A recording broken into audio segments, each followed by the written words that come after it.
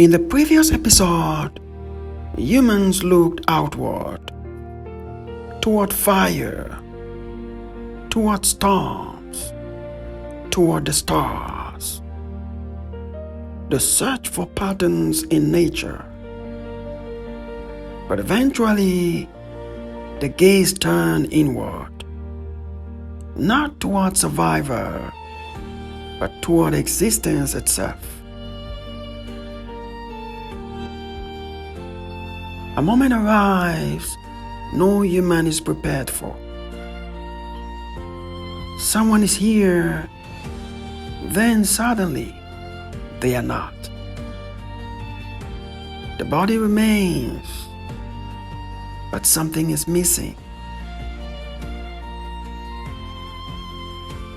They call them. No answer. They touch them.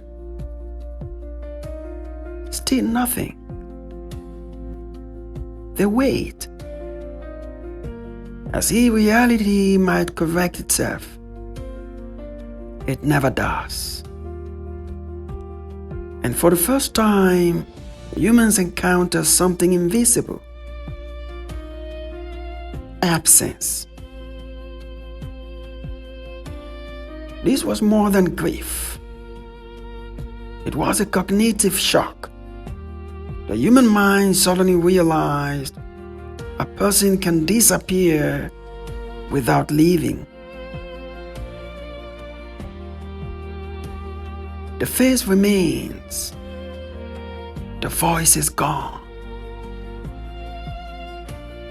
And somewhere in that terrifying silence, another realization emerges. This will happen to me.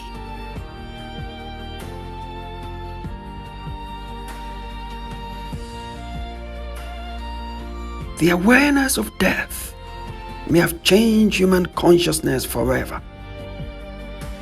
Because once a creature understands it will die, it no longer experiences time the same way.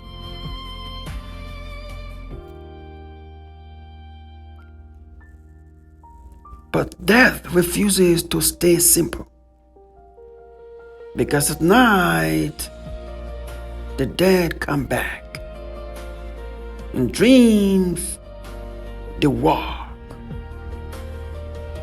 speak, laugh. To the dreaming mind, they are fully alive. And this changes everything. To the dreaming mind, the experience was real. So a question emerges. If the dead still appear, did something survive?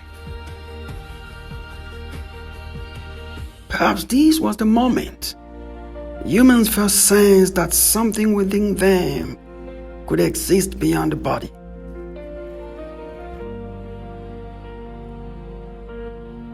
Something begins shifting inside human perception. Breath feels sacred.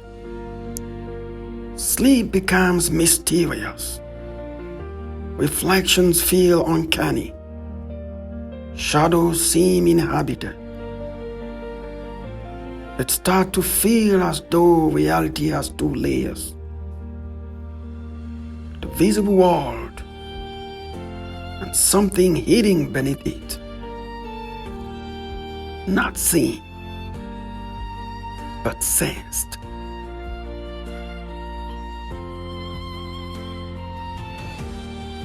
Nature itself no longer feels empty.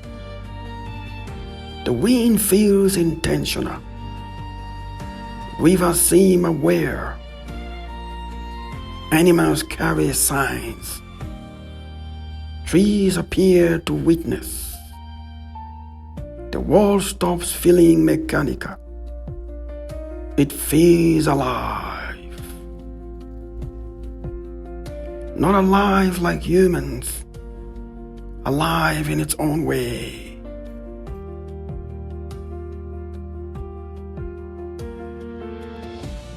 From this perception emerges one of humanity's oldest worldviews: animism. Not organized religion, not mythology yet, but a simple but profound intuition that consciousness is not limited to humans, that existence itself contains presence, that the universe is not dead matter, but living relationship. For tens of thousands of years, this may have been humanity's first understanding of reality.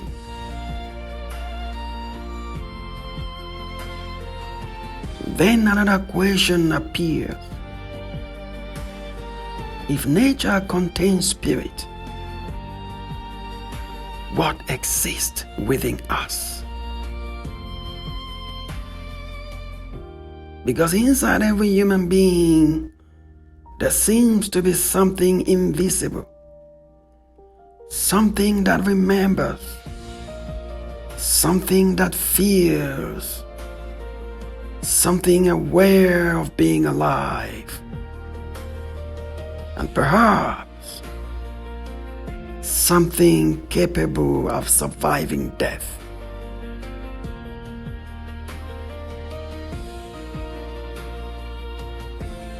Death leaves another mystery. The living are gone, yet they remain in memory. We speak to them. We think of them. We feel them long after they are gone. Memory becomes a form of presence, and love resists extinction.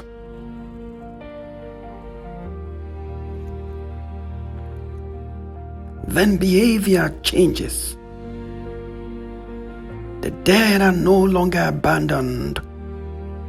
They are carried carefully, returned to the earth, placed with tools, flowers, pigments, and other offerings, sometimes marked with red ochre, the color of blood, the color of life. Not science, not theology, something older, ritual. An action performed at the edge of the unknown.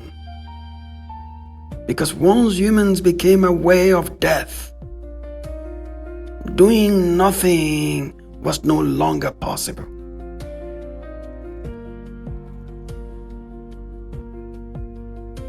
And from here, human consciousness begins to change permanently.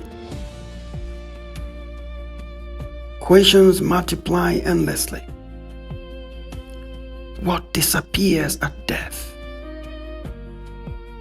What continues? Why does consciousness exist at all? And why does the human mind resist the idea of complete annihilation? The search begins, and it never truly ends.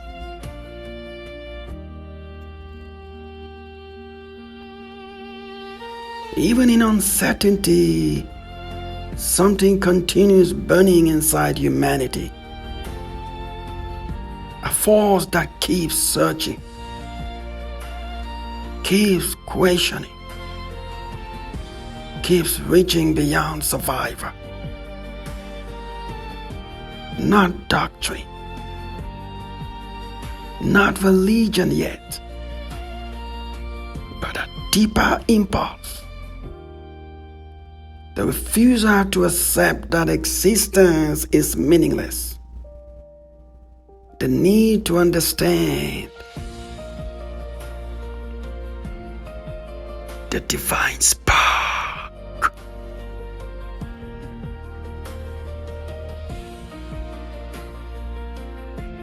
Once humans became aware of death, existence could never feel ordinary again. Because death forced the human mind to search for meaning. And from that search came ritual, symbolism, spirituality, memory, and civilization itself.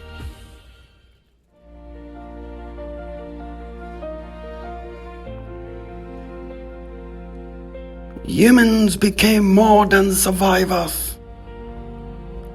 The moment they looked at death and refused to look away. And in doing so, they began to understand what it meant to be human.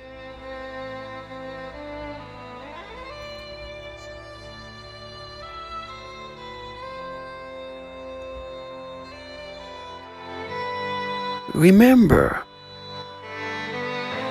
the divine lives within you.